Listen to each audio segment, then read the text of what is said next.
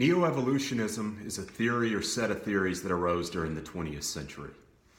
The purpose of this theory is to offer some kind of explanation for the social changes or social evolution of society over long periods of time. Neo-evolutionism opens up the idea that aspects of society may have come about by chance, like maybe one culture in society experiences a particular phase of development because of something that another culture or society doesn't go through at all. Also, this theory relies heavily on observations and experimentation as a way of studying evolution of various societies and society as a whole. In other words, we as a society are controlling how we evolve as a society with neo-evolution. The controversy pertains to whether or not we should be doing this as opposed to just letting society evolve naturally and without human alterations. I'm going to use a very popular example of a technology that has the capabilities of altering human evolution. That technology is genetic engineering. This technology has the potential to do extraordinary things, and the impact on society would be tremendous. It is tremendous already.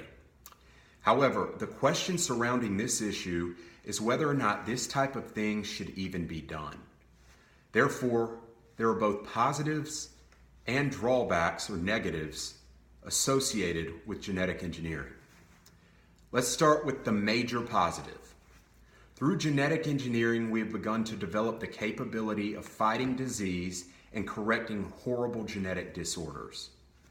Just yesterday, I was reading an article that gives a fantastic example of this.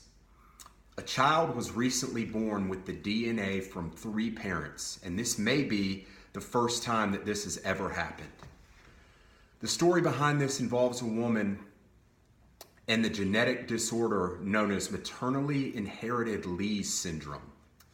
The significance with this disorder is that it is passed from mother to child, although the mother doesn't actually suffer from the condition. However, the child suffers from spinal, brain, and optic problems. That's just to name a few. This woman had already given birth to 2 children that died as a result of Leigh syndrome. Both of her children inherited this condition. She then sought out the help of a genetic specialist in New York. She was implanted with an egg from another woman, and that egg was then fertilized from her husband's sperm.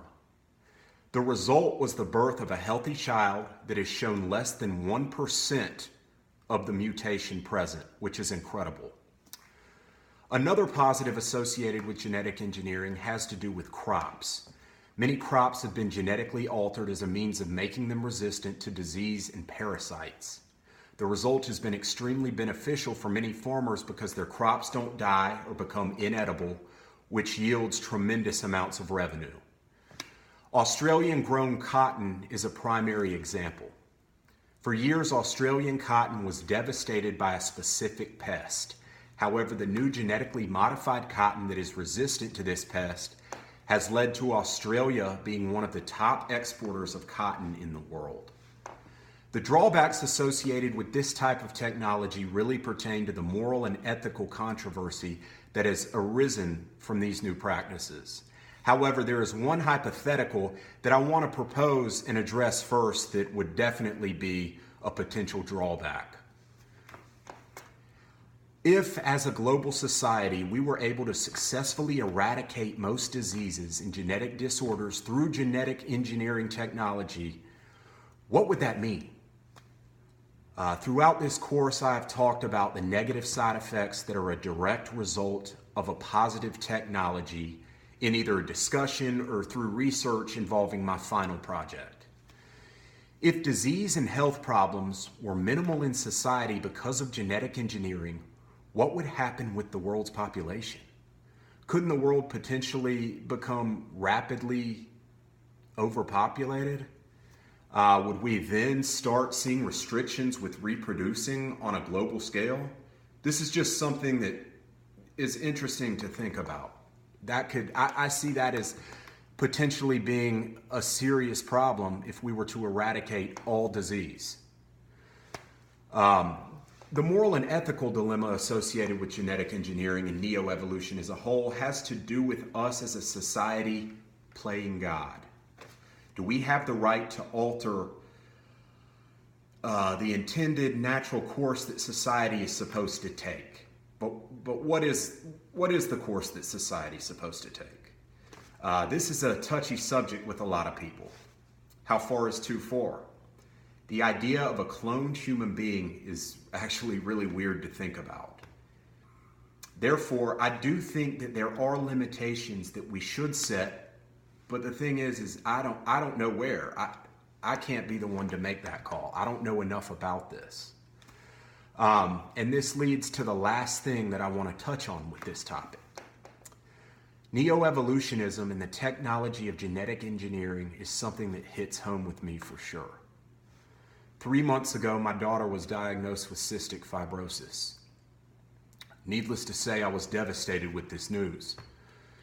In order for a child to have this condition, a recessive mutation for this disorder must be carried and passed down by both parents.